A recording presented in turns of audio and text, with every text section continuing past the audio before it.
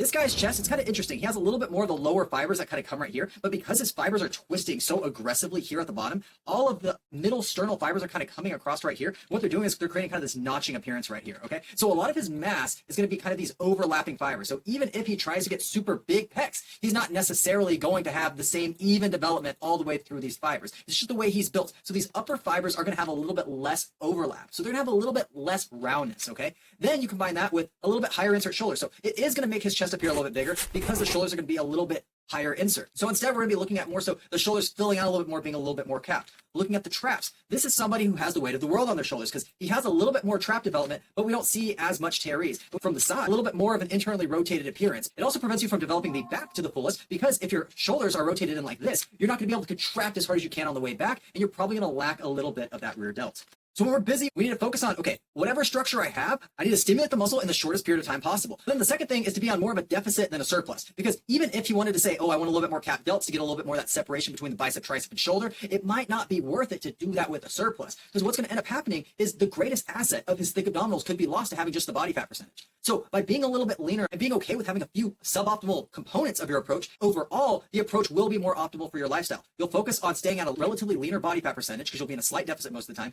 And then whenever you're doing your workouts and you have a little bit more time, you can go above and beyond by focusing on a few key exercises to pull up things like your shoulders, pull up things like the lats, and maybe even try to pull up that upper chest.